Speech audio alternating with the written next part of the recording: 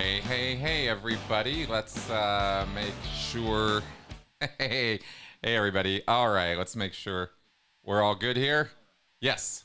Okay, live from Denver. It's time for some critical Q&A. We're doing a live stream. Really, by popular demand, it's your guys' fault that this is happening. I'm gonna totally shift blame to all of you for all of my decisions. Let's go to the chat screen so you can see comments as they're coming up here, and then let's go ahead and set up our chat for the question comment thing here. Please put your question for me under this comment. All right, start Q&A. All right, there we go. So there's my Q&A chat, and there's the regular chat that I can kind of see as we're going. Hi, critics. Hey, everybody. Usual suspects in the chat here. Very happy everybody is joining us, joining me this morning. Wild times, huh? Good times. Oh, thank you. I like the shirt, too. I think I got it for Mel got this for me. Okay, let's see here. I have now, what I'm looking, let me tell you guys what I'm looking at doing here as far as the Q&A from last week. You know, there were so many people going, oh, live, that's the way to go. And not a lot of people saying, no, don't do that. So what I thought I would do, and I'm sort of thinking this through still, but again, I want your feedback. Even if you're watching this not live later on, let me know. I'm trying to sort of think about maybe merging these two formats where I just go live, but bring in set questions as well. I've got 3 of them today. You'll see as we go through this today.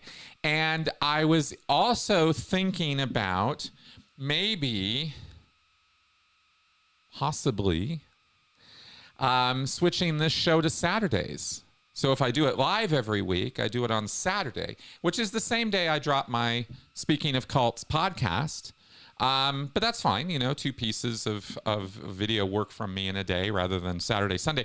But you let me know. Would you rather have it the way that it's been, or if I flip this over to live every week on Saturday, and that way, I don't know. I just get a little bit more time off, I guess, on Sundays, is sort of why I was thinking about maybe making the switch. But also, I thought maybe there might be more people around to watch on Saturdays. I don't know. Again, you let me, guys, you let me know. There it is, testing. Laura Waldy's test showed up here in the queue. There it is. Okay. So, yeah, no way Sunday has to stay. Okay, cool. Well, you guys let me know, like I said in the comments here, about all of these crazy ideas that I have. Oh, let's turn that off again. Okay, good. Sunday. All right, cool. All right, good. Well, that's, like I said, this is not any kind of, I'm just throwing this out as ideas, okay?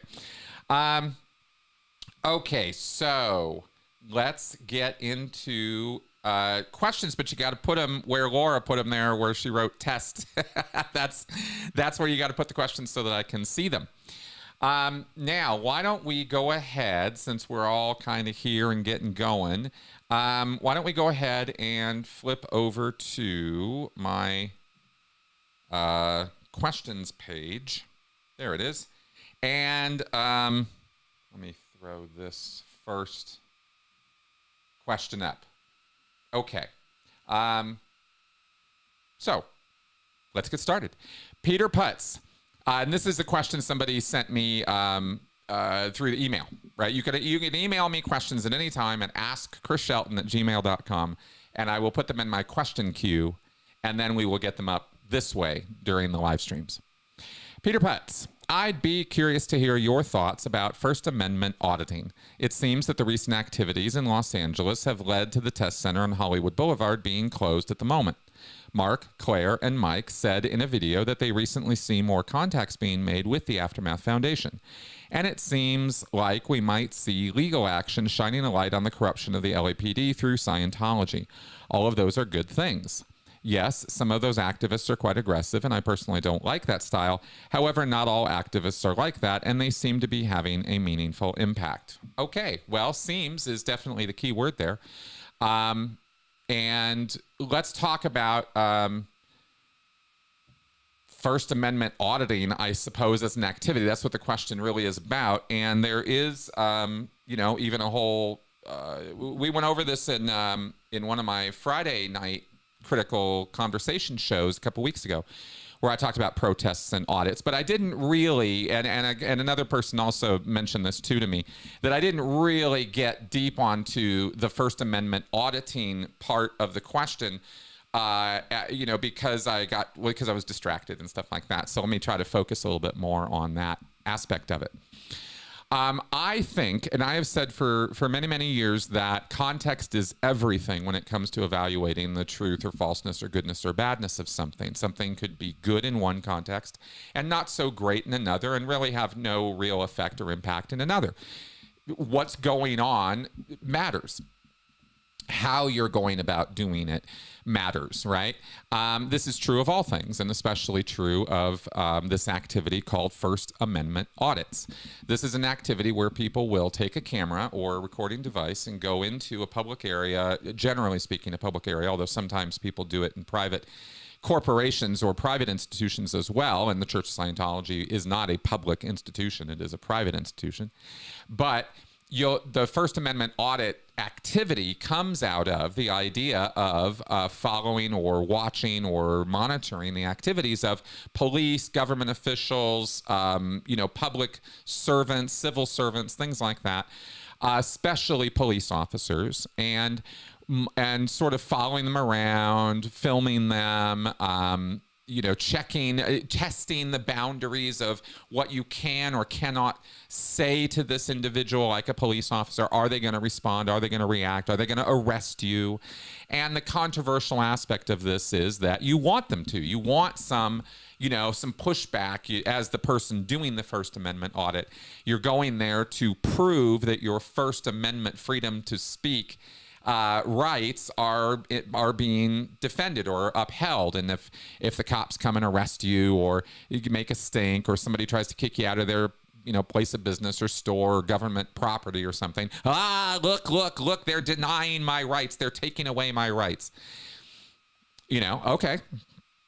There are places in the world where these rights are infringed upon on a regular basis. There are places in the world where people's human rights and civic rights civil rights are trampled. Just that happens. That happens all the time. And there are many, many instances across the United States of police on camera violating people's rights. No doubt about it.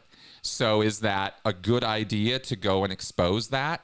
You bet it is. It absolutely is a very, very good idea to expose corruption, illegality, people taking away other people's rights or using their authority in such a way that it violates people's rights. That should be exposed.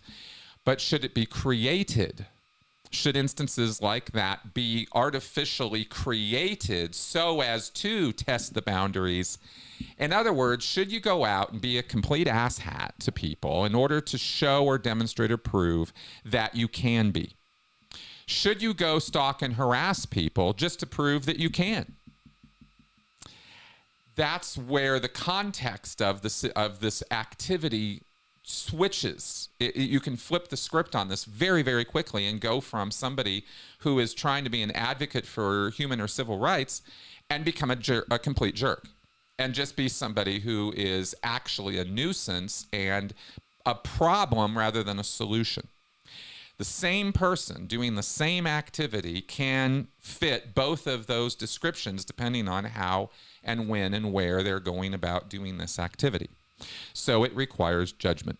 And we are all really, really, apparently, especially online, in the social media battles that go on these days, we are very, very, very lacking in critical nuance and judgment when it comes to this sort of thing, right? When is it good? When is it bad? We all have lots and lots of different ideas and viewpoints about this, depending on our past experience. The cops messed me up. The cops came around and hassled me and I want to see the cops, get hassled. I want to see the cops uncomfortable. I want to see the cops held accountable, this kind of thing for when you have been done a wrong. But other people who have not been done a wrong are not going to look at it that way. They're going to look at it very differently. So are both points of view valid? Again, depends on who you ask and when and how, under what circumstances, right? So my answer after all of this, right, is it depends. It depends on whether it's a constructive, useful activity or not. It depends a great deal on how it's being done, why it's being done, and the way it's being done. And as you mentioned, some people are quite aggressive in the way that they go about doing these activities, these protests or First Amendment audits or whatever you want to call it. There's also the additional factor with First Amendment auditing of frauditing, which is a term that's mentioned in the Wikipedia article on First Amendment audits. And I encourage you to go read the entire article because it offers a degree of nuance about this activity as well as the history of it and how it's been used and where it's been used. And it's quite interesting. And you can see links to other more detailed articles about it. So you have frauditing. You have people who are just going out just to, get attention. And this is now the world that we live in is an attention economy. People are paid to be paid attention to. Here I am on a channel trying to get you to pay attention to me, right? Here I am doing that. No question about it. Now, is that all I'm doing? No, I'm not just sitting here making funny noises so that you will laugh and super chat me. I am trying to educate and inform, right? And there's a purpose to this activity, whether I'm getting paid or not. There's something I'm trying to do that I believe is constructive and productive for people who come around and watch me. There are people who do First Amendment auditing for that purpose of really out there trying to expose some bad stuff. And then there are people who are just doing it because they know that it looks like it gives them virtue and gives them an air of credibility. But in fact, they really couldn't care less about any of it. And I believe intention matters. I believe that does make a difference to the context of the situation, right? In other words, how do we judge this? Well, if you have somebody who's really out there trying to make a difference, that's one thing. If you got somebody who's, kind of being the super aggressive asshole, in people's faces, kind of violating their rights in practicing the First Amendment audit of, well, my rights are better than your rights, or my rights take precedence over your rights, so I'm going to be such a jerk now that you're going to have to pay attention to me and look at all these people on TikTok or YouTube or Twitch or wherever who are now going to watch me, antagonize you, stalk you, and bother you. And I'm the virtue signal. I'm the person who's actually the good guy in this scenario for being a complete asshole to you, right? Yeah, I think you get the point of what I'm saying here. And it's that's not something I would support at all any day of the week. I think that would be silly. And in fact, I think that would actually not look or sound or in effect for all practical purposes, right? I don't think that would be any different doing that kind of antagonistic, in your face, annoying stalking stuff. How is that any different than what Scientology does to Leah or Mike or Tony or Karen or anybody else out there who's been fair gamed? How is that any different? It looks and sounds exactly the same. So that's why I'm harping about context. Okay. And there we go. That's I think that's pretty much about everything I want to say about that. So, oh, good. Questions pouring in here. Excellent. So let's move on. Let's go back to our, sorry, got my buttons all over the place here. Let's turn that question off and let's go back to our chat screen here. Okay. All right. There we go. And there's my questions.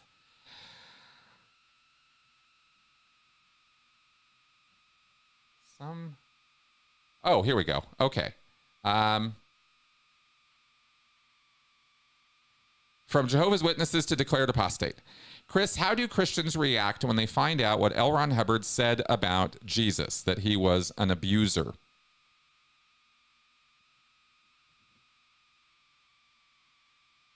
I've seen a multitude of different reactions to that statement from Christians, from, sort of scoffing at it and blowing it off to, oh my God, being greatly offended, highly offended by it.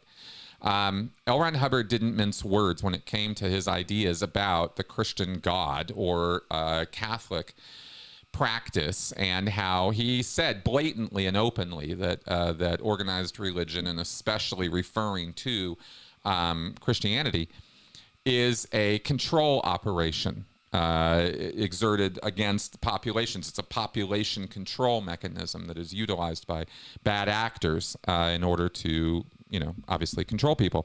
And that it's filled with, a bunch of lies and nonsense. And he then, as the years rolled out, this is back in the early mid-1950s, he was saying this, way before any of the Xenu stuff. And then later in the 60s, when the Xenu story comes out, and there's a lot of other stuff too that are in lectures and non-confidential stuff you can look up and find. If you want to really take a ride down the Scientology crazy train, go Google heliotrope implants. You'll have a time with that one. There's a whole lecture on it. Hubbard talks about how that's kind of in our memory confused with concepts of heaven, this heliotrope implant thing. So there's a lot of written stuff even prior to the Xenu story, but in the Xenu story is where Hubbard says very, very clearly that all of religion, all of our concepts of religion, angels, devils, demons, God, Lucifer, all of that stuff was implanted in us during that time, that it's all just an elaborate delusion to control spiritual entities, right? Thetans. So how do Christians react to that? They, every range of reaction you would imagine they would have, they have. Most of the time, I don't see people, lose their minds too much over this stuff. But some Christians get really, really offended at it. Yeah, I've seen that. Oh, good. Just as a comment here, X-Science says, I loved your interview with Dr. Jessica Schleider you posted yesterday.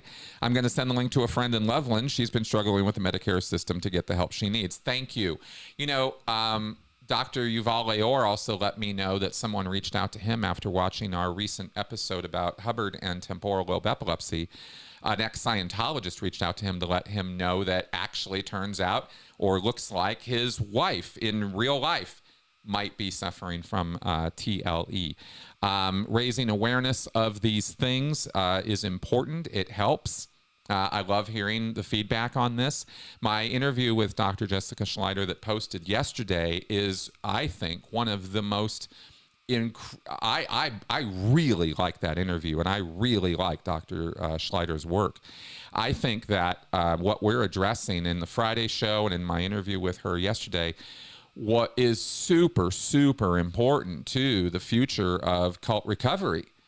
I mean, I'm talking really important stuff, and it gets a couple hundred views. Meanwhile, drama gets thousands.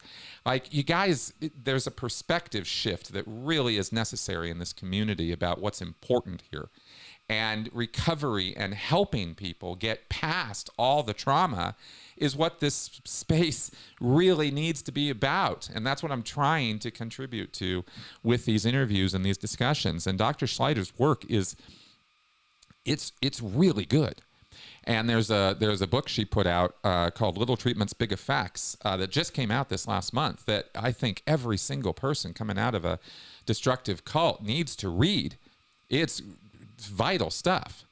Anyway, I hope that, putting it out there for you guys will get more people looking at it, because what are we doing this for, right? I'm help. Let's get some help out there. All right. OBG Foster, do you know the total number of people who have reached the state of clear? It's been 74 years. There should be, how many right now? There should be millions by now. Yes, exactly. Well, My clear number, I think I read it off my clear bracelet the other day, is like 42,000 something, and that was back in 1993. And then they uncleared everybody, and had to re-clear them, which really put a big, if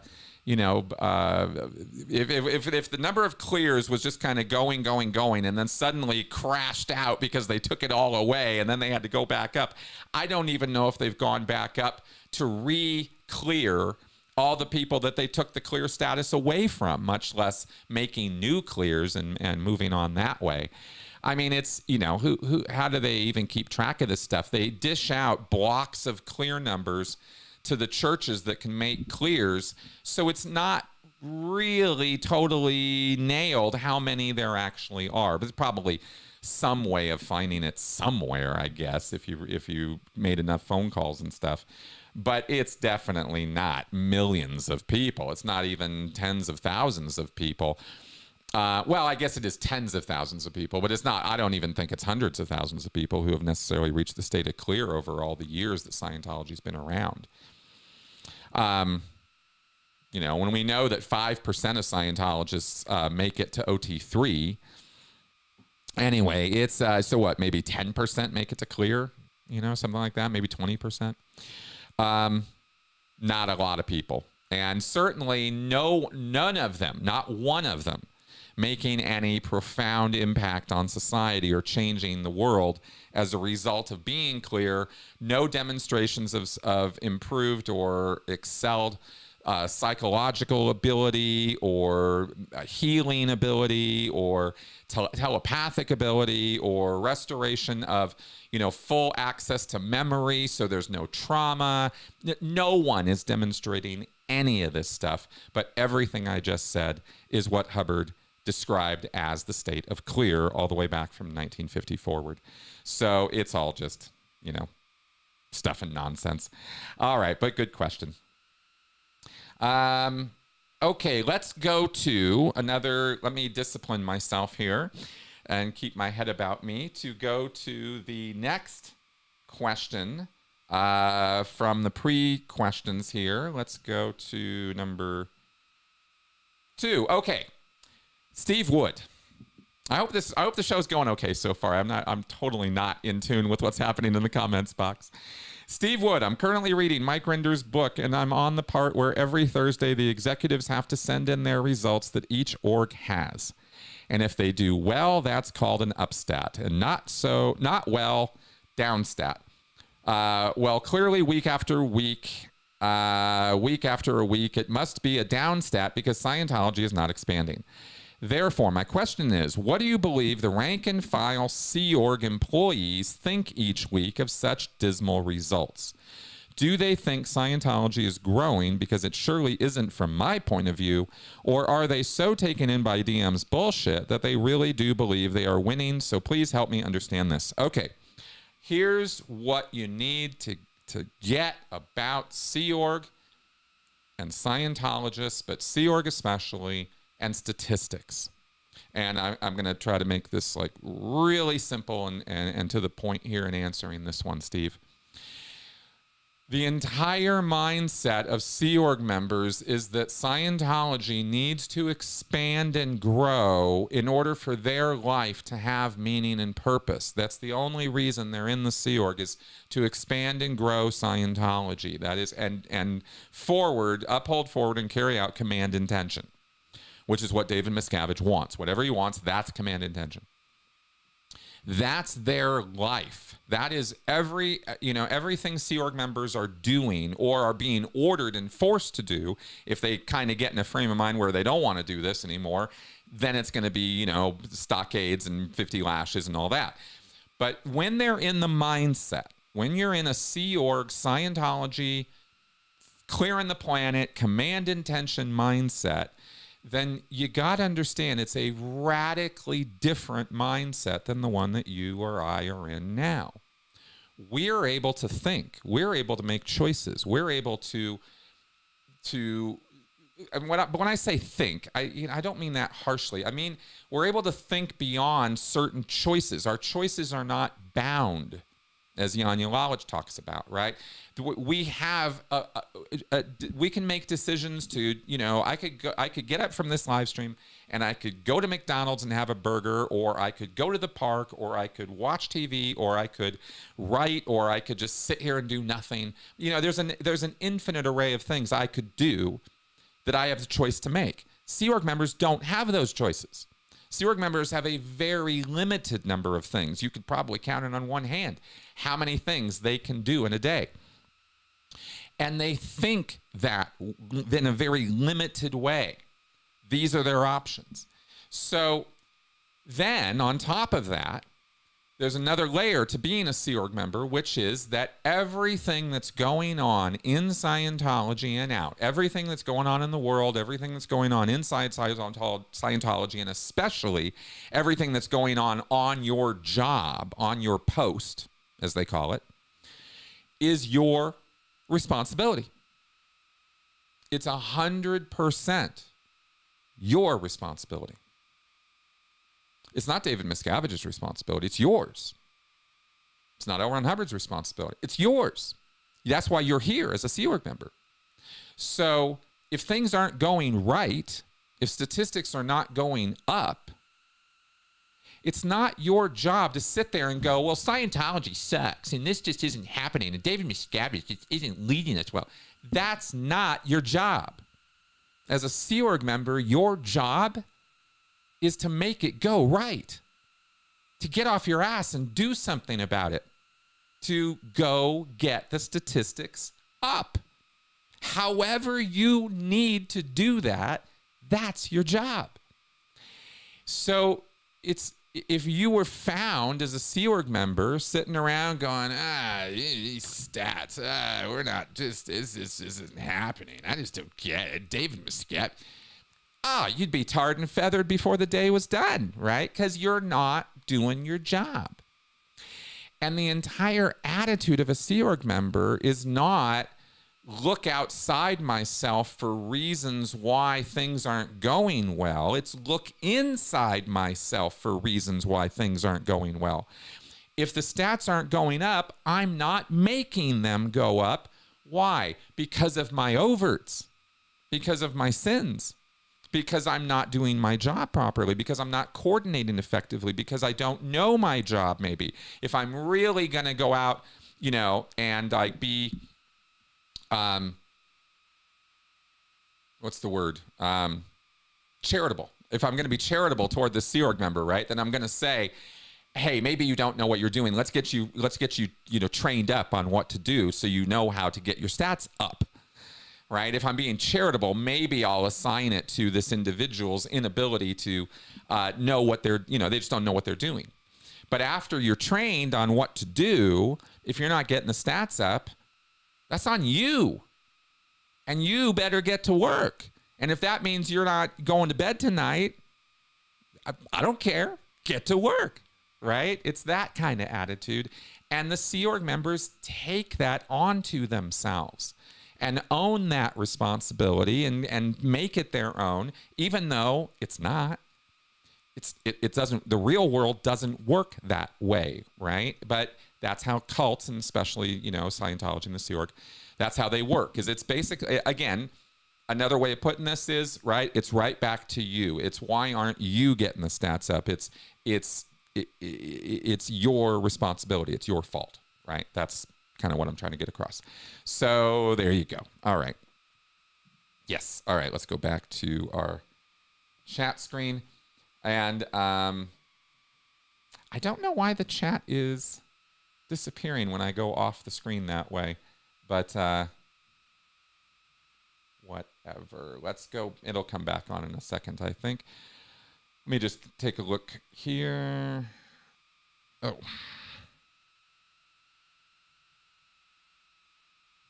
Oh, yeah. Oh, that's interesting. No, I'm not seeing the... Oh, there we go. Okay, yeah. I don't know why it resets or blanks out. I'm gonna have to investigate that. Okay, but as far as the next question in the queue goes, let's go ahead and find that. Here we go. From Jehovah's Witnesses to Declared Apostate. Chris, when you were making $50 a week, was your family able to send you extra money to help you get by? Yeah. Well, not when I was in the Sea Org. Okay. Yes, when I was a staff member in Santa Barbara, it was very much that way. For the first year and a half that I was on staff, making like $10 to $20 to $30 a week, my parents were basically supporting me. They were sending me hundreds of dollars a month to make sure that I was eating and, you know, and had a place to stay and stuff. Definitely supported by family. Then they kind of, you know, had to come to hey, look, we kind of need to stop doing this, right? You need to go get a job, because I didn't actually even have yet another job. I was just working full time at the Santa Barbara org. So that, you know, that wasn't flying for me. So when I came to join the Sea organization, though, that was a different thing. My parents, very rarely did they send me money, you know, birthday, Christmas, stuff like that. But otherwise, a couple times I got some money from my mom, but not often and not routinely. And it would be the sort of thing that, you know, the Sea Org ethics people would keep an eye on, that kind of thing. If you are getting money or resources from outside the Sea Org while you're in the Sea Org, that's called an external influence. And it's a very, very bad thing, because that means somebody outside our little cloistered bubble world is having an influence on you. Can't have that, right? The only influence on your mind should be from within the bubble world, not from outside. That's a distraction at best, and treasonous conduct at worst, right? So there's that. Okay.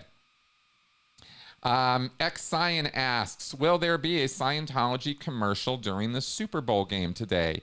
I believe if it's run the way it has been being run for years and years, you may or may not see the Scientology Super Bowl commercial, because the way they distribute it is they pay local market rates. In local markets, they'll go to the local stations in Atlanta or Denver or Los Angeles or Seattle.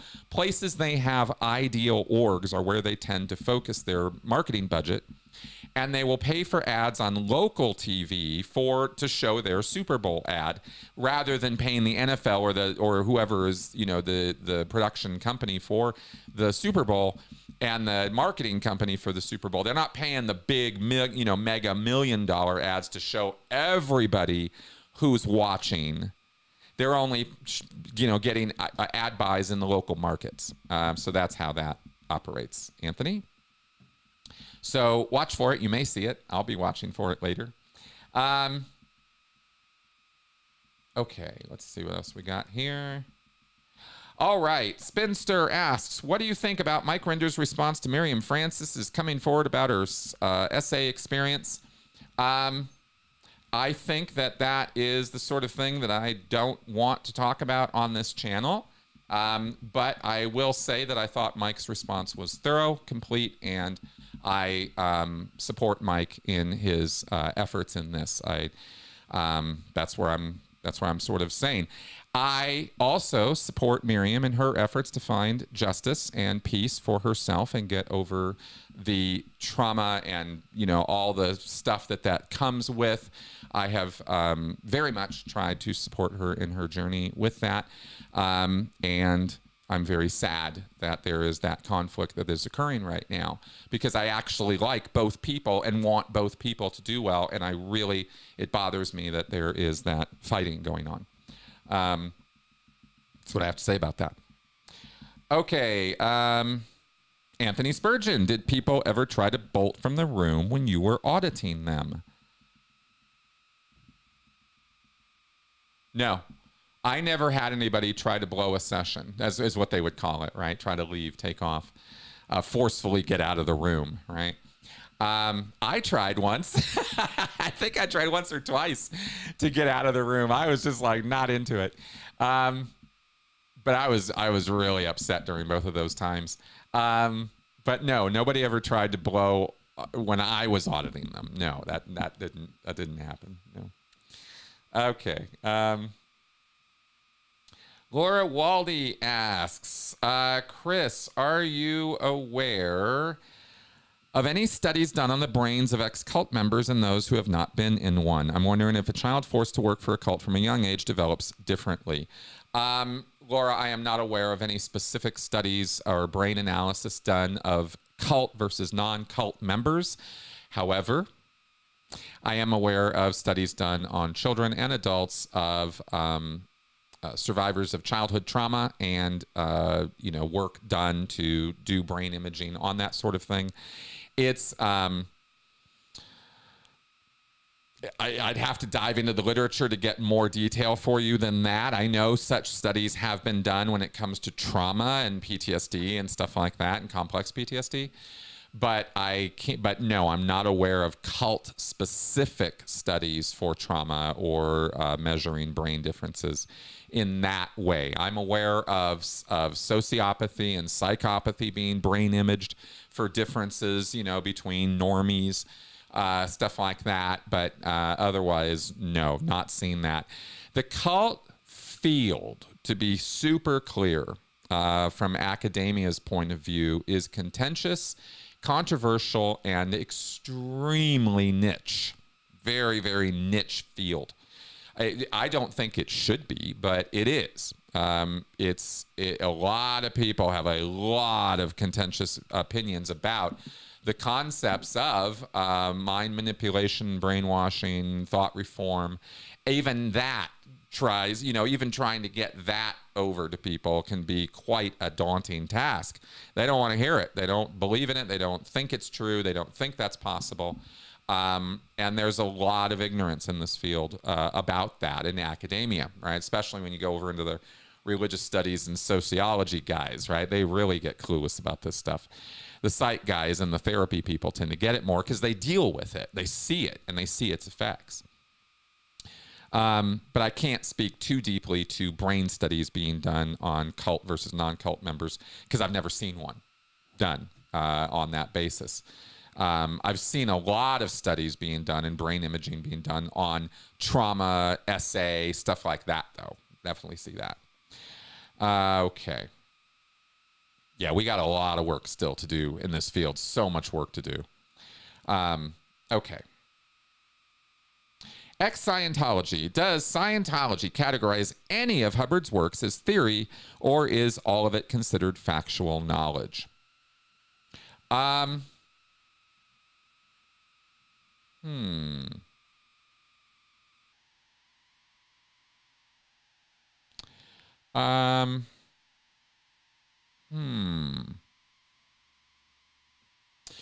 reason I'm coming and hooing right now is because there are places where, I was sort of hemming and hawing because there's places where L. Ron Hubbard says, look, just because I say this is true doesn't mean I'm perfect in applying it either. But that's a kind of a whole different concept. That's sort of him addressing his hypocrisy.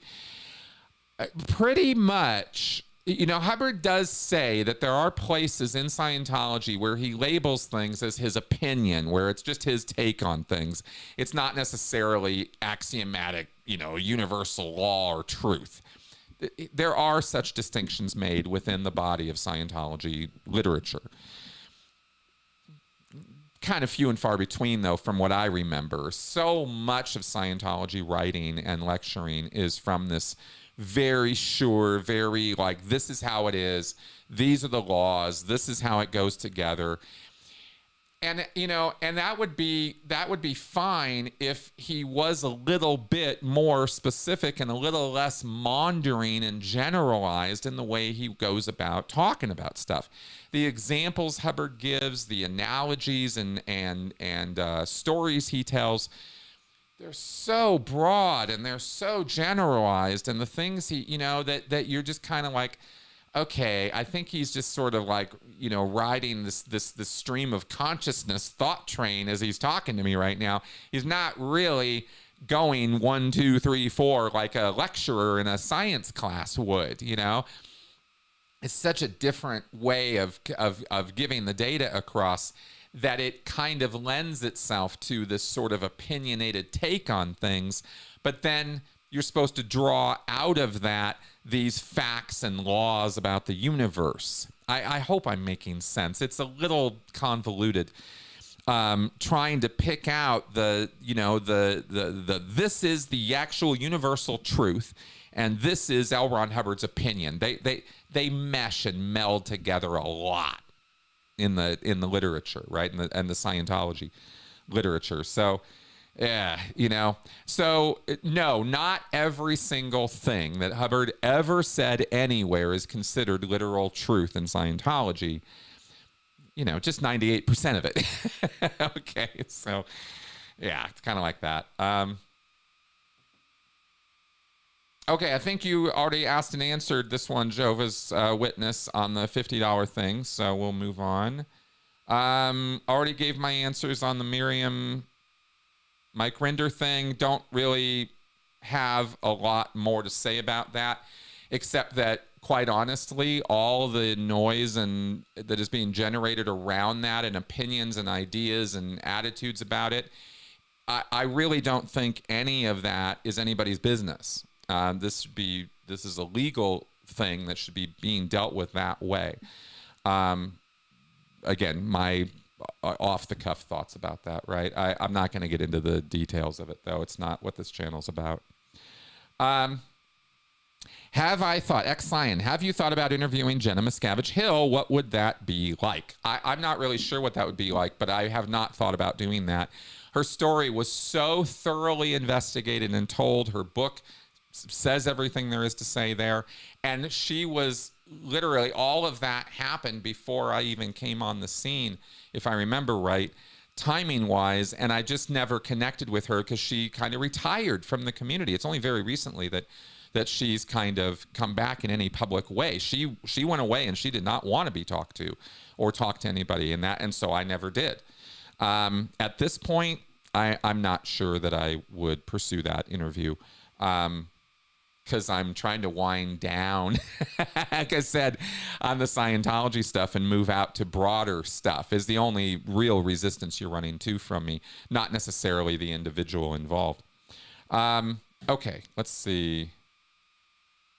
Yeah, you guys got a lot of questions for me about Miriam and Mike. I've said what I'm going to say about that, okay?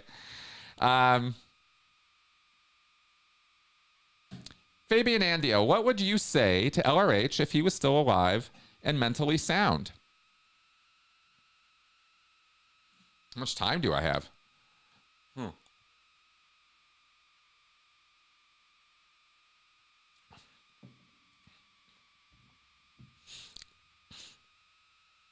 I mean, after I finish cussing him out, I don't know that I would have a whole lot more to say to the man. I would have a lot of questions, though, about the occult. I'd have a lot of questions about magic. I'd have a lot of questions about his views about Aleister Crowley, about where he learned hypnotism. That's a question I have. I have a lot of questions for him that would be a lot of fill-in-the-blank kind of questions. I want to ask him about that 1969 interview with that BBC reporter who came down and talked to him in Granada, right? Did that whole black and white, Scientology documentary thing that nobody seems to know too much about.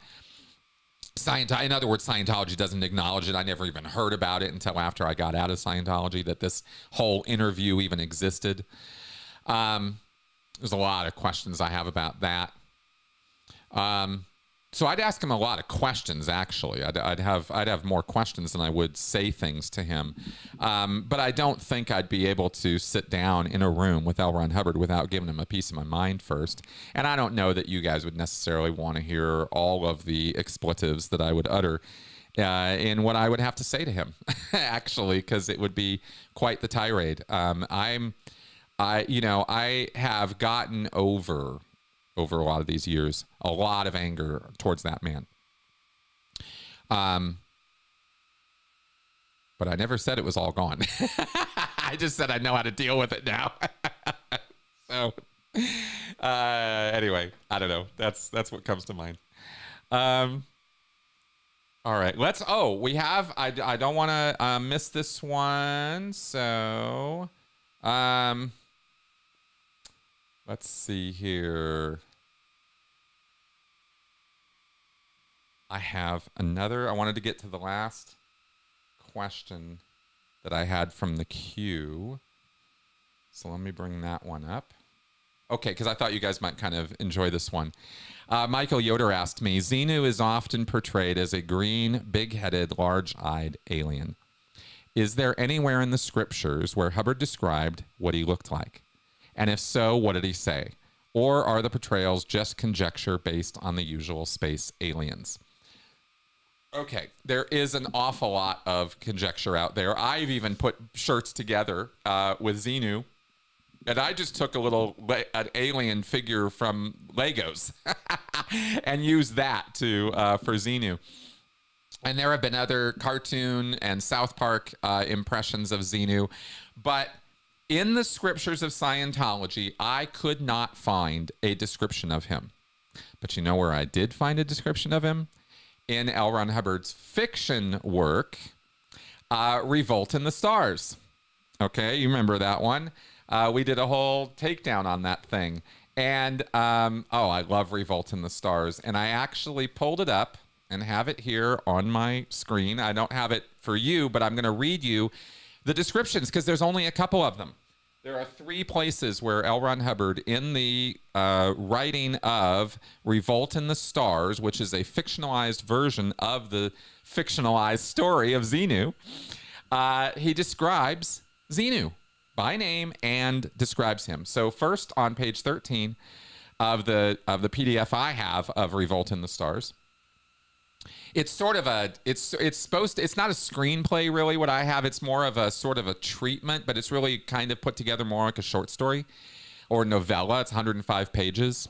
It's not a screenplay. I guess there's a screenplay version of this somewhere, but I've only got this other version. So you can download this. You can find this on the internet. Revolt in the Stars. It's Hubbard telling the Xenu story as a movie he intended to make, without the body thetans in it.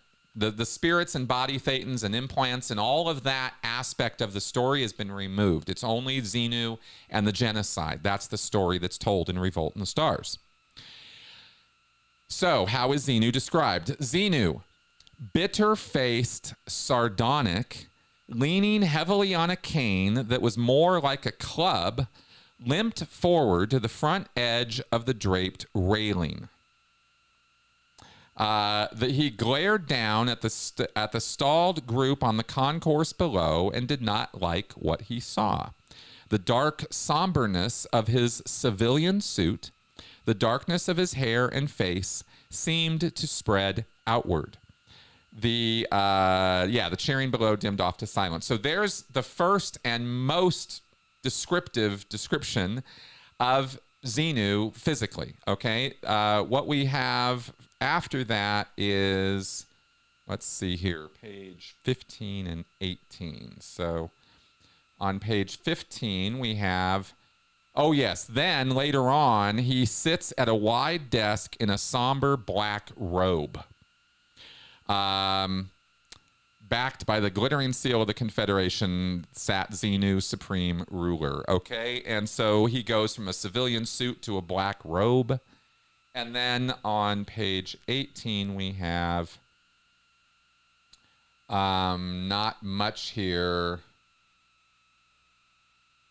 Came in a gray uniform. Oh, yes. He came to Xenu's right and stood there. Oh, no, that's somebody else. Sorry, my bad. Here we go. Xenu was hard-eyed. He clamorously struck the gong. He gestured urgently toward the curtains and the crier. That's it. That's all we got. In terms of a physical description, that's what I've read is pretty much all there is. So Hubbard twice used the word sardonic to describe Xenu. It's kind of an odd word. You don't hear that word used often to describe people. So I looked it up because I was like, what does this look like? And that's what it looks like. That's sardonic. So I guess Xenu kind of looks like that dude, but he's got a cane that looks like a club, and he dresses in civilian outfits and regular clothes, and that's our boy Xenu. So, yeah. So there you go. Back to the chat. Okay. Oh, and the chat did not reset this time. How weird. I'm going to have to figure this whole chat thing out. Yeah, no, Club Like Cain. That's what he wrote. Yeah, I read it to you straight from the scriptures, right? Yeah, they're definitely humanoid in appearance. They look like people, right? Hubbard's characters from the from in his fiction and in his Scientology stuff, a lot of humanoid forms throughout the cosmos here, and the Earth bodies that we've evolved or developed here are pretty much the same as the bodies they've used in other civilizations. Although Hubbard does talk about other forms of meat bodies or animal-like bodies, cat bodies, and things like that have existed on in the past as well. Yeah, I kind of prefer the Cthulhu look too. I mean, if you can choose the greater evil. Okay, so that's that. Let's go on here. Oh, this is a great question. Bladen Kudik asks, how much latitude do ethics officers have in choosing the proper handling for PCs in an ethics cycle? Are specific handlings laid out in their post-training? Just apply conditions as they see it? They have all kinds of latitude, but generally speaking, there's a specific set of tools that ethics officers will use in order to deal with the people in front of them. If somebody's coming to see an ethics officer for lapses in their behavior or following the codes of Scientology or they've, committed transgressions, the conditions are absolutely one of the key tools that ethics officers will use to deal with people, right? You do a condition, you get through the formula, you do the next formula, you do the next one, and you rise up these conditions. And the lower conditions are wholly subjective, pretty much. So they're really, just messing with your head. I'm talking about the treason formula and the enemy formula and doubt formula, right? Find out who you really are is the condition formula for the condition of enemy. So you get handed a ream of paper and sat down in a room and said, find out who you really are. Start. Right? And you're like, okay. And you got to write that at the top. And then you start monologuing and writing, right? Okay, well, who am I really? What am I really all about, right? And you go on this whole introspective journey. That's the conditions. Okay, that's the Scientology conditions, and there's a number of them. And they're a real mindfuck, those things. They really are. So, and then an ethics officer may or may not leave you alone in the room. The ethics officer might sit there with you, and from their understanding of what those formulas mean, right, they're going to direct you and guide you through where they want you to get to or go. They could also just have you write down all of your moral transgressions, right? All your overts and withholds. Just sit here in the room, start writing. They will often give people a copy of L. Ron Hubbard's Code of Honor or L. Ron Hubbard's book, The Way to Happiness. And they will say, here's your guide. Write up your overts and withholds against what it says in these materials, right? So if you have not been brushing your teeth, if you have been murdering people, if you have been stealing, if you have been, not supporting a government run by all the people, right? Whatever the way to happiness precepts are. I'm being very joking and degrading right now. But that kind of thing, right? You will do an OW write-up, and then they'll stick you on the e-meter and make sure your needle is floating when you're done with that OW write-up. That could be a tool that's used. Or they could just choose as an ethics authority to talk at you or talk to you, right? Have an interview, have a conversation, put you on the meter, ask you sharp and pointed questions to try to dig up what it is you've been up to. There's lots of tools ethics officers have at their disposal to invade your privacy, dig around in your, soul and keep, digging around in there until they've got you twisted around like a pretzel to how they want you, so that everything's your fault. You're to blame for everything, and you've accepted that blame. And you're not a victim. You were never a victim. You were always the one who was in charge and at cause. And so every bad thing that's ever happened to you is your fault, and we're going to keep working this over until you get there. Right? That's kind of the ethics side of Scientology in a nutshell, basically. I mean, there's more to it than that, but basically that's it. So, Yes, they are trained in their post duties in these various tools. And the high-level ethics officers are trained on the e-meter and are trained to even do sec checking confessionals themselves. So there's a whole higher level of training that an ethics officer can go through. I'm trying to remember right now, where they get a new title, magistrate. They can do magistrate training. It's a long list of courses and training they have to do to pull that off. But that's the highest level ethics officer you can be in Scientology is magistrate. Yeah, sounds wild, huh? Okay. Good. Yeah, Supreme Leader Snoke. That's right. Okay, Fabian, what do you do for sport, not being a Thetan any longer? I assume you're referring to me.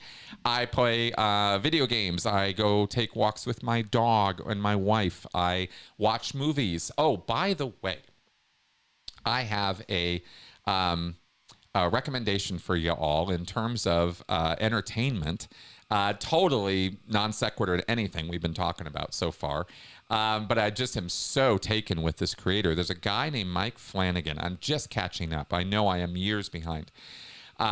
He is a horror movie maker and writer, and this guy is amazing. I mean, I'm blown away. We just finished watching Fall of the House of Usher. We're finishing off Midnight Mass, that limited series, and then I've got like all of the rest of his work to go through. I've seen some of his earlier work without understanding who I was watching. But this new, as he's been going through his career making these movies and TV shows and stuff, he just gets better and better and better. Midnight Mass is not just a horror series. It is one of the best sort of analyses of the subject of religion that I have seen in an entertainment format. Oh, it's brilliant. Really good stuff. And Follow the House of the Usher was, really good analysis of society, psychosis, family dynamics, trauma. There was so much in it. I loved it. Anyway, I just got to, since you asked me what do I do for sport, I watch stuff like this. Love this stuff. So anyway, just want to recommend can't get enough Mike Flanagan. Okay, did you see many people, Fabian asked, did you see many people go crazy after finding out about the BTs all around them? Yes, I did.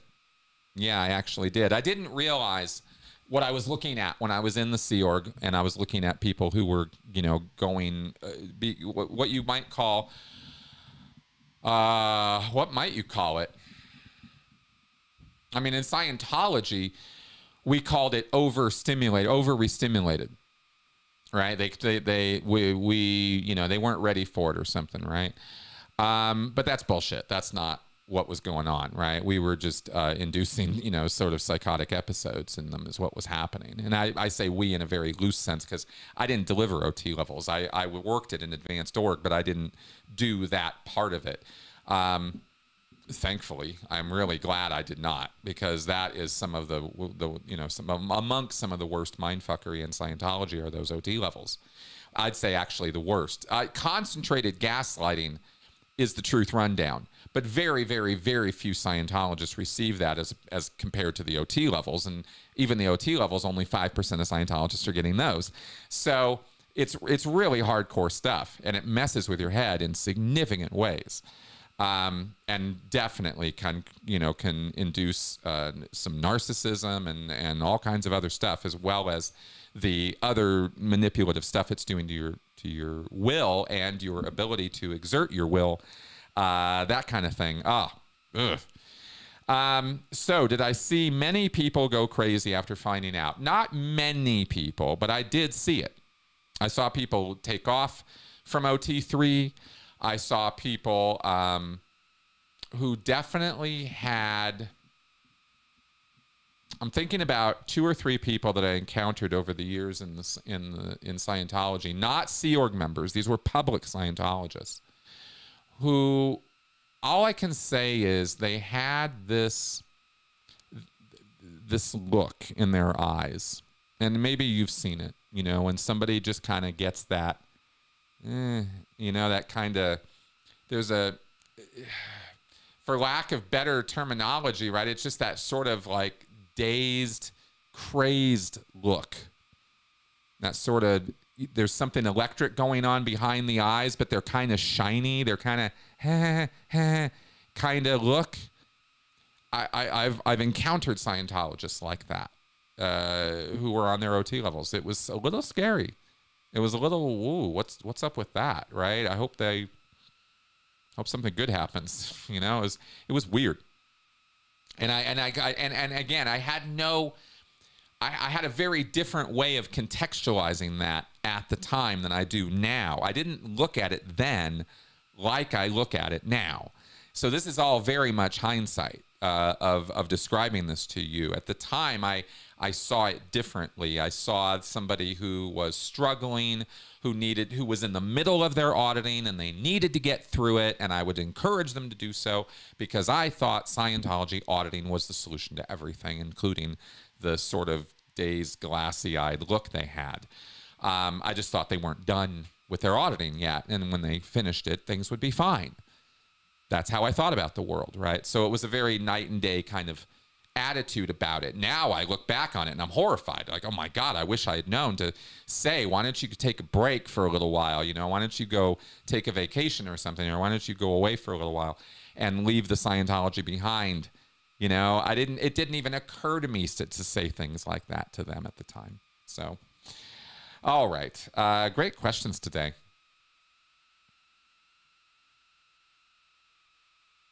Yes, Liz. When they uncleared everybody, did that apply to the OT8s? Does anyone know how they reacted? Yeah, and they reacted very badly, almost across the boards. Nobody was happy about having their clear state taken away from them. There were, maybe one or two people I heard about who were like, oh, yeah, I knew it. I knew I wasn't clear. Thank you, right? There were a couple people who had that reaction. But the vast majority of people who were told, and it was all the way up to OT8 that they were told this. They were pissed. I heard about things being thrown across the room. I heard about chairs being broken. I heard about desks being overturned. I heard about people just throwing the cans at the person saying that and storming out of the not only out of the room, out of the building. They were furious. And people chasing them down the street, right, to stop them. I heard about some really, really nasty reactions, and I came into it after the fact of a lot of that happening because I hadn't been posted at the AO. I'd been somewhere else. So it was with great trepidation that I entered into doing these non-clear R factors. That's what it was called. In Scientology, when you tell somebody something they don't know in a formal way, you're giving them what's called an R factor, a reality factor, right? Let me tune up your reality right now by giving you this R factor. It's a term in Scientology. So the non-clear R factor was the title for the interview I'm about to go do on this person, where I'm going to give them the bad news that they're not clear anymore. And you never, ever knew what to expect. The smallest, kindest, most compassionate little grandmotherly women could just become like, these dragon beasts, right? And these great big guys could collapse in tears and just be puddles in front of you. Or the other way around, right? You never knew what you were going to get when you talked to somebody about this and gave them the, right? But OT8s all the way to, not yet on their OT levels, most of them really, really upset. Yeah. Okay. From Jehovah's Witnesses to declared apostate. Will OSA go after the Hubbard family if they were to say anything negative about Scientology? Yeah, absolutely. They have. There are decades of stalking and harassment of L. Ron Hubbard's own son, Nibs, Ron Hubbard Jr. he helped L. Ron Hubbard through the 1950s. Run the organization, probably wrote issues himself. It's said he might have even wrote the upper endoc TRs and the TRs issues. Real basic fundamental stuff in Scientology that his son directly contributed to. And in 1959, his son took off, along with about 10 or 11 other Scientologists. And Hubbard was furious and engaged in the next 10, 25 years until Nibs died. He was pursued and stalking and harassment doesn't even begin to describe what was done to that man. It was Paulette Cooper level fair gaming. These were like the OG fair game victims, right? These L. Ron Hubbard's own family, his own son, the whole family line, right? I mean, everything after that, it was horrifying what he did to his own family. L. Ron Hubbard was a monster when it came to that. And his organization held back nothing when it came to going after him. So the answer to the question is yes. They very much, L. Ron Hubbard and Scientology very much went after Hubbard's family who were speaking out. Yeah. John O'Nolan, what do you think of Chinese superstitions like lucky numbers and bad luck numbers? I think that is a silly idea. That's what I think. I think assigning, an increased amount of responsibility or importance to symbols and numbers in our lives is ultimately confirmation bias and kind of silliness. That's what I think, right? You want 13 to be an unlucky number, so it's kind of like, when you put your attention on a thing, suddenly you're more aware of it than when your attention isn't on it. And so, suddenly 13 shows up everywhere and, it's so bad. It's always so awful, right? It's just confirmation bias. I don't really get into that very much. Yeah. Okay, another one here from Jehovah's Witnesses.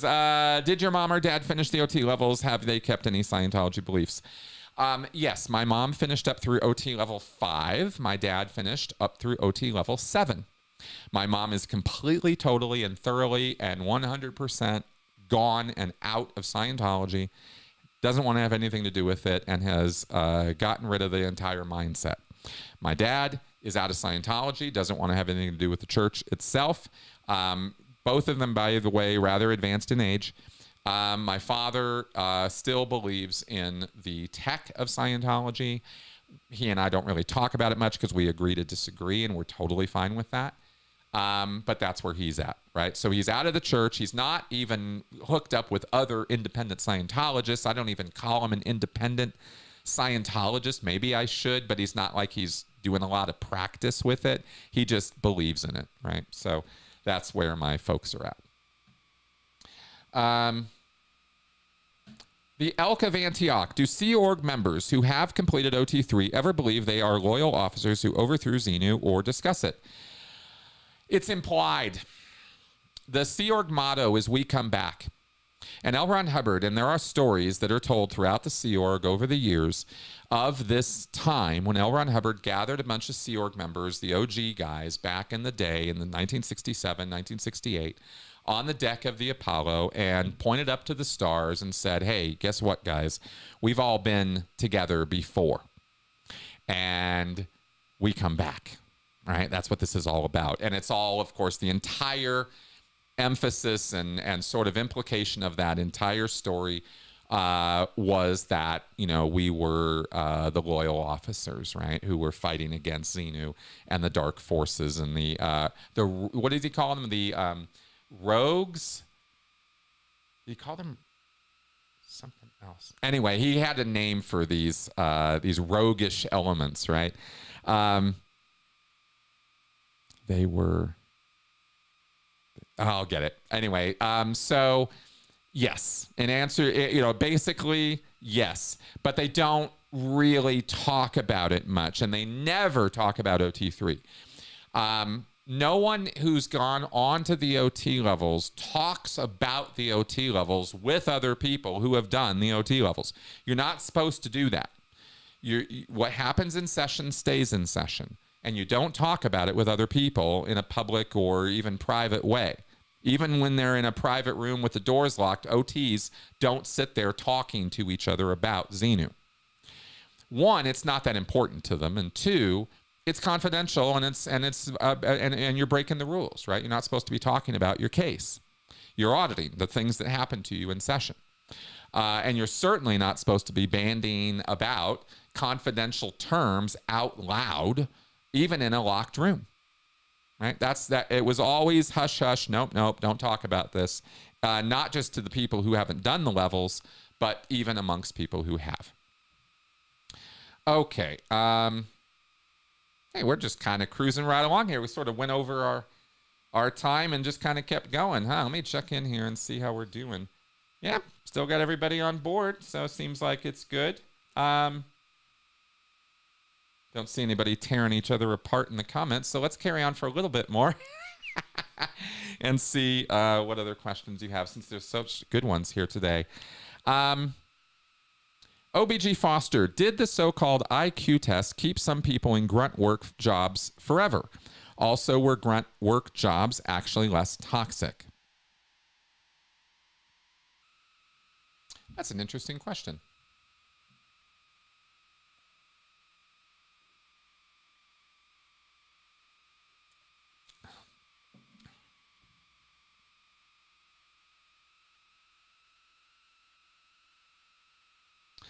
No, I don't think it was the IQ tests or the testing that really kept people on their jobs or kept people into menial labor type jobs. The way Scientology and the Sea Org tend to work is you get busted onto those jobs. A lot. Not all the time. Some people gravitate towards secretarial work or toward, central files or towards grounds work or stuff like that, or they're trained in it and they get posted there. Engineering, electrical work, HVAC, stuff like that, grounds work, things like that is considered low-level work, but it's skilled labor, right? You have to have some skills in order to do that work. Working in the galley, not so much. Hardly anybody, except unless you're a trained cook or something, aspires to work in the galley, right? It's pretty grunt work. Same with being a letter registrar or something, just sitting in a basement writing letters all day, right? That work tends to go toward the people that you can spare or the people who are busted, right? It's kind of unsavory work. That's how it's thought about in that world. Okay, I'm not saying making food is unsavory work. I love cooking. I love making food. I don't consider it a low-level job. I'm talking about it from within the culture of the Sea Org now. Okay, this isn't how I think about it now. But in the Sea Org, the low-level stuff is, if they're busted or if they can be spared, that's where they go.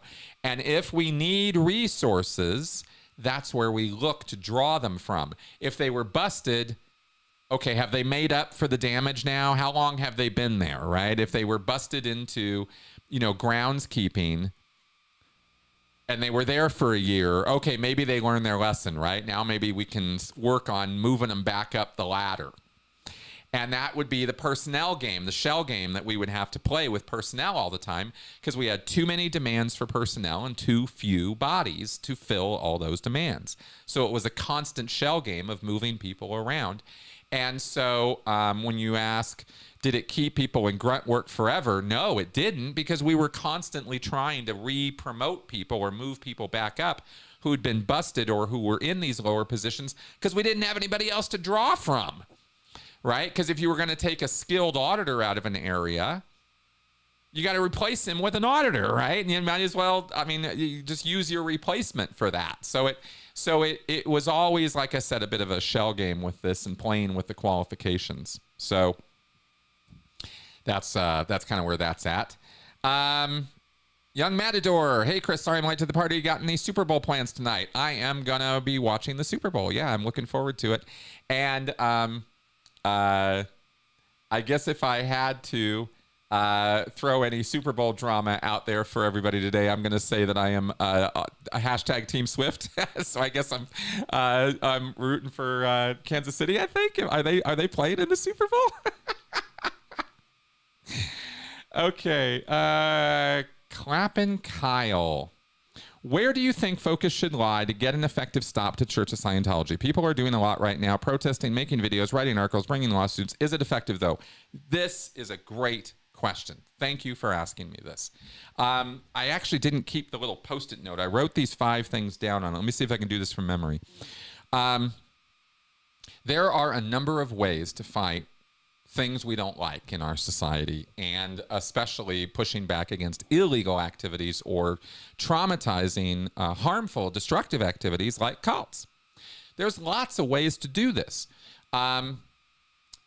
Seeking or getting or somehow creating government intervention or public policy changes is one avenue of activism or work that you can dedicate yourself full-time to.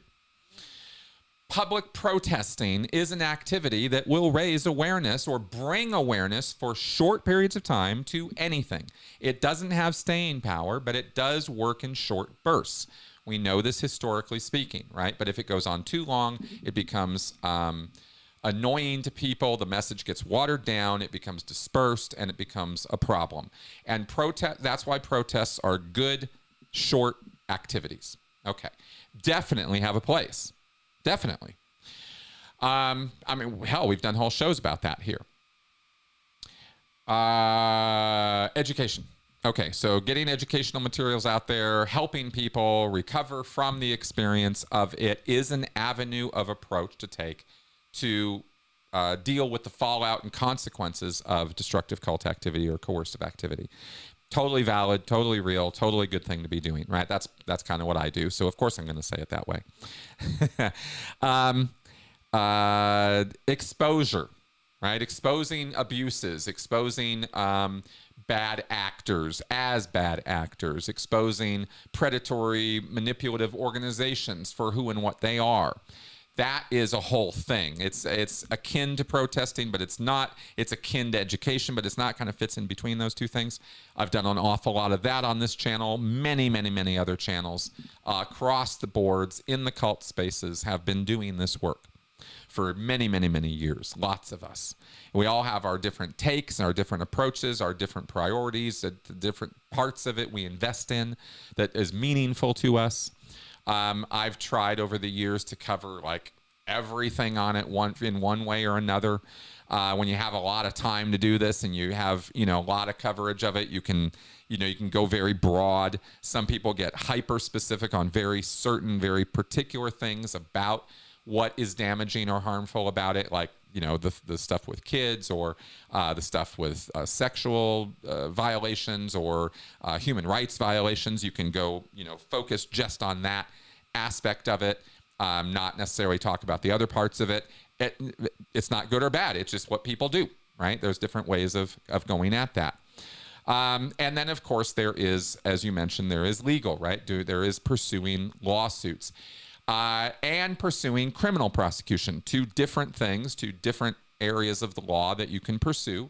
You can get a lawyer and you can sue a cult or a group for what it did to you or for what it did to other people, or you could do a whole bunch of people and do a class action. Less effective these days, but still doable.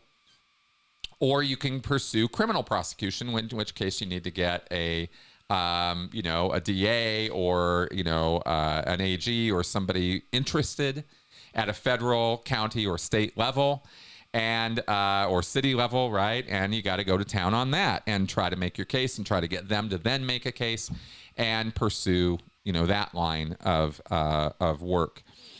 All of these things are necessary to eradicate the abuses and problems of a destructive individual or organization. Because none of them by themselves are going to necessarily expose and end all the abuses. I think you need to do all this stuff.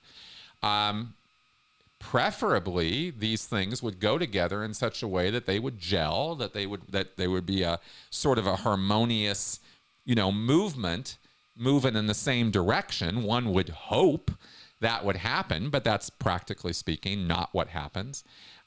It's a lot of wheels within wheels, and a lot of people, you know, this person's doing this and this person's doing this, and sometimes they bump heads, and then they get going on the same page again, and then they bump heads again, or somebody else comes along and bumps it up, or, you know, personalities, right? People get involved, and people are people.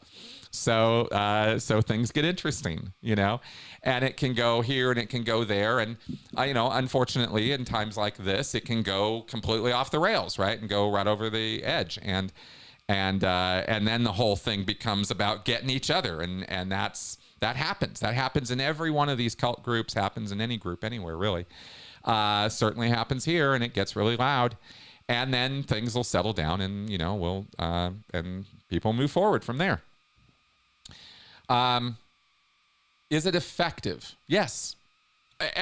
But it depends on what every single person's idea of effective is, right? I mean, as far as I'm concerned, what I do, and I can speak mostly to me, I'm not trying to make it all about me.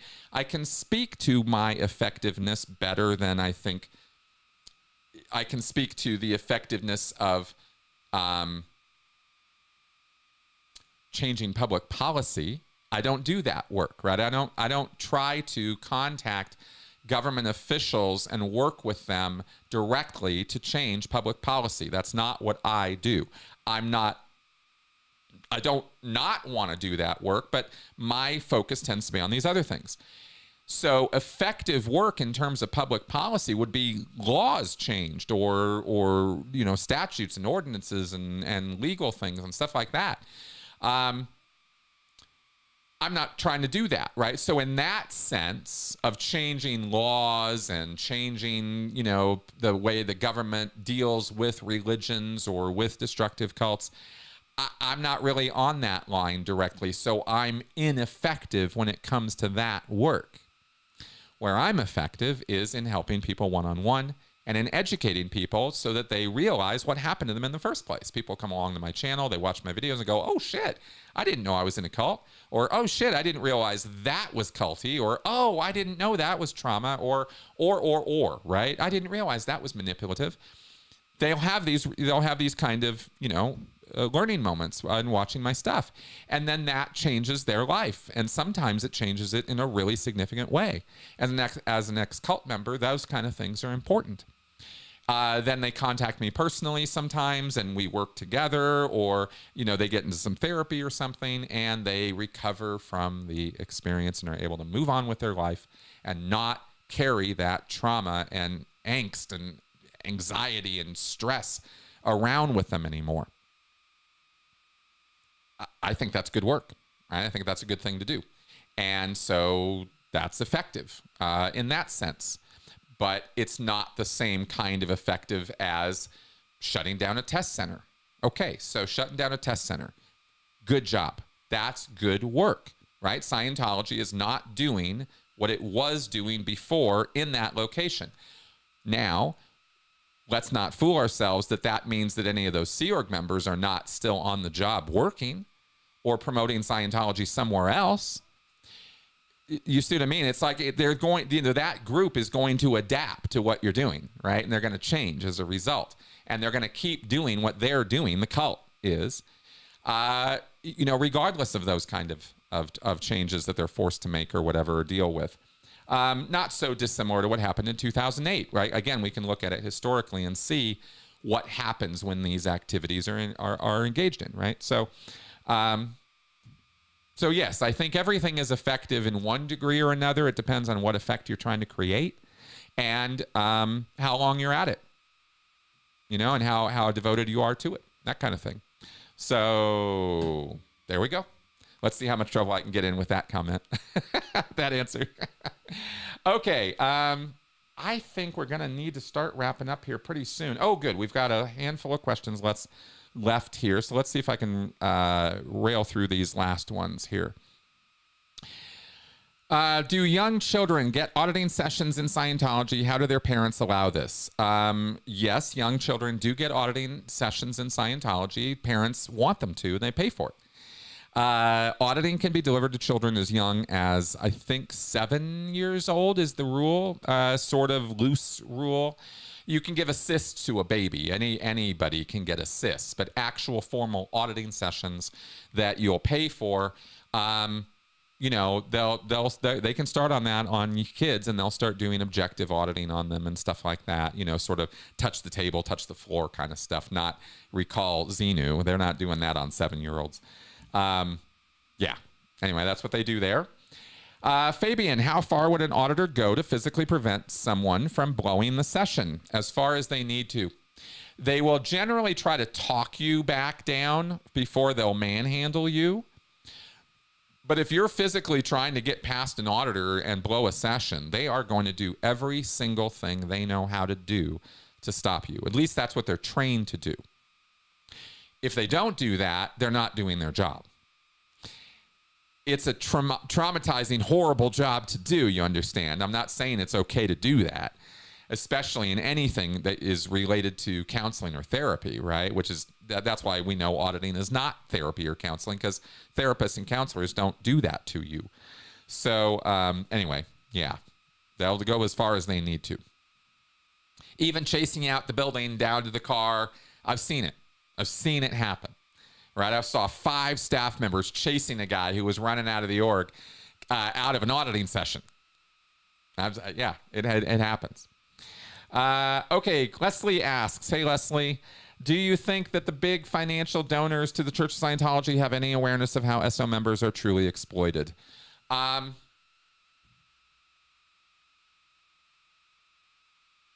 Yes, but they don't see it that way. Right, like we've talked about so many times, people in Scientology can have their eyeballs looking right at a public beating of somebody, and reframe it in their head that that's not really what's going on, or they've got it legitimized or rationalized so well that they see it. You know, they're looking at this and they see this. You know, kind of thing, kind of backwards world. So yes, the public and staff of Scientology are very aware of the fact that the Sea Org work their asses off, work ridiculously long hours, get no pay, get very, you know, crappy food. They're very aware of all of this. But the Sea Org members say, it's all good. I'm in it to win it. We come back. We're going to clear the planet.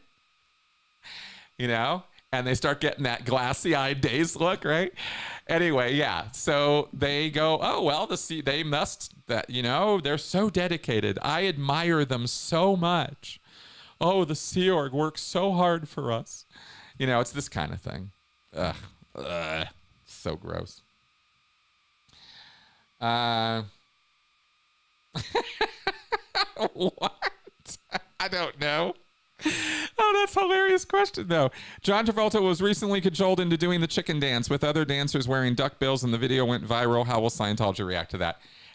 You know, they'll probably be happy that John's getting some attention in a positive direction and not being called out for being gay or bisexual or something. That, you know, I don't think they'll react to it one way or the other.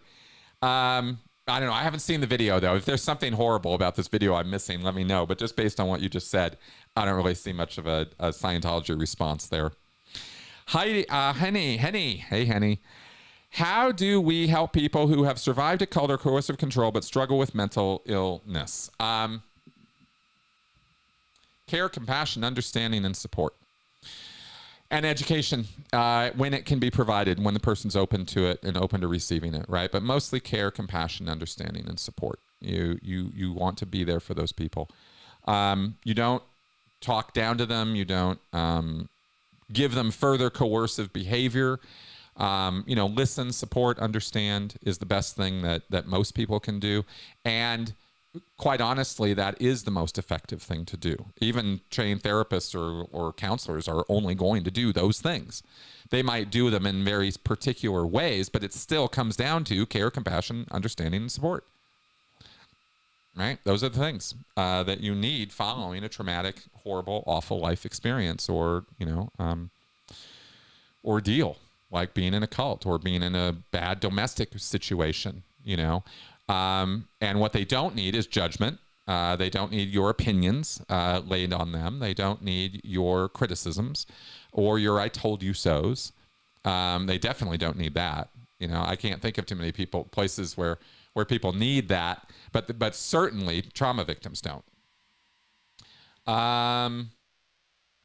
And you direct those people as best you can in helping them to professionals or support personnel or resources that they can utilize, government resources, church resources, school resources, anything they can get their hands on that might help them to understand and recover from the experience and address their future.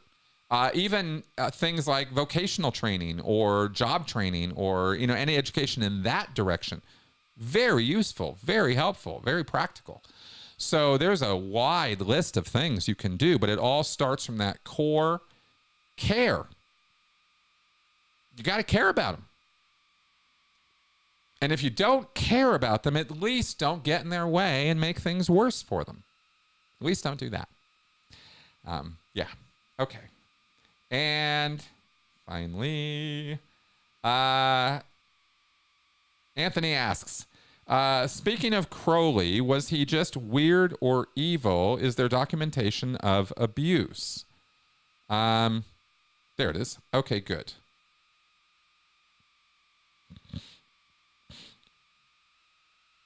I'm not a real expert on Aleister Crowley's life from beginning to end. I'm aware of certain highlights in his life.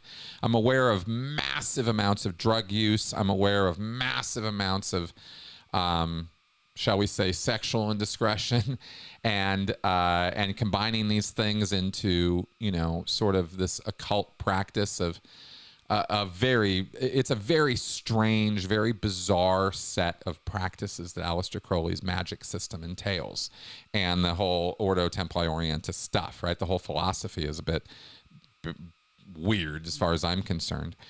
His books are unintelligible. I have tried to go through them and read them, and they're just nonsensical. It really blows me away that people actually were able to read his work, like the Book of the Law, and make enough sense of it to follow it as a system of ritualized magic, because it is so damn confusing.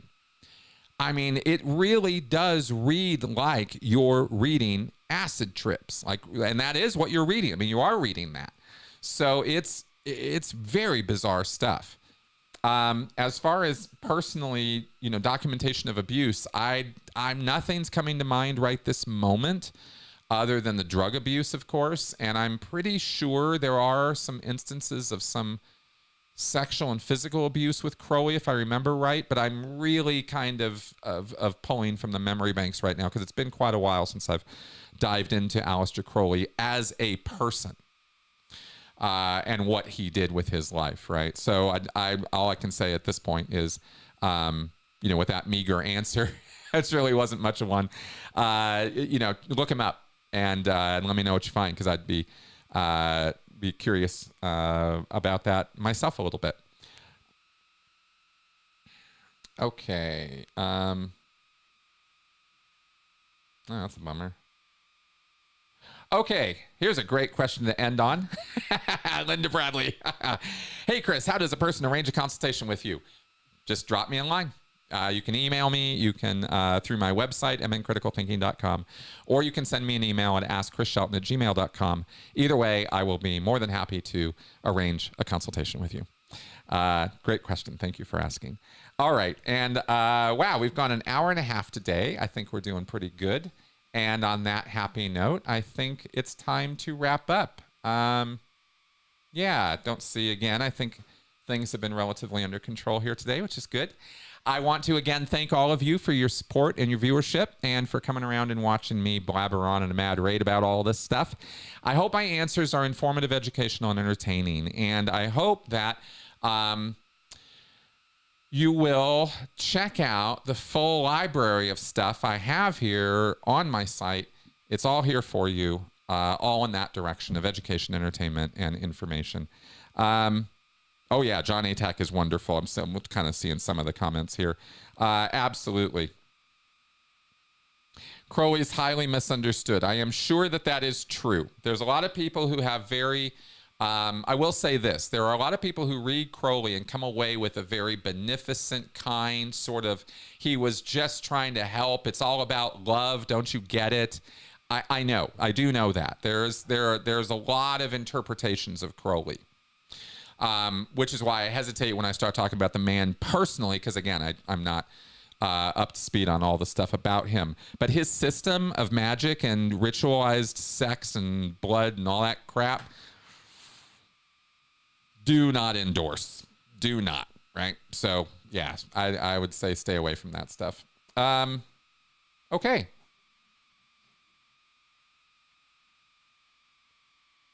I'll see you guys tomorrow for the After Scientology Straight Up and Vertical. All right. Bye-bye.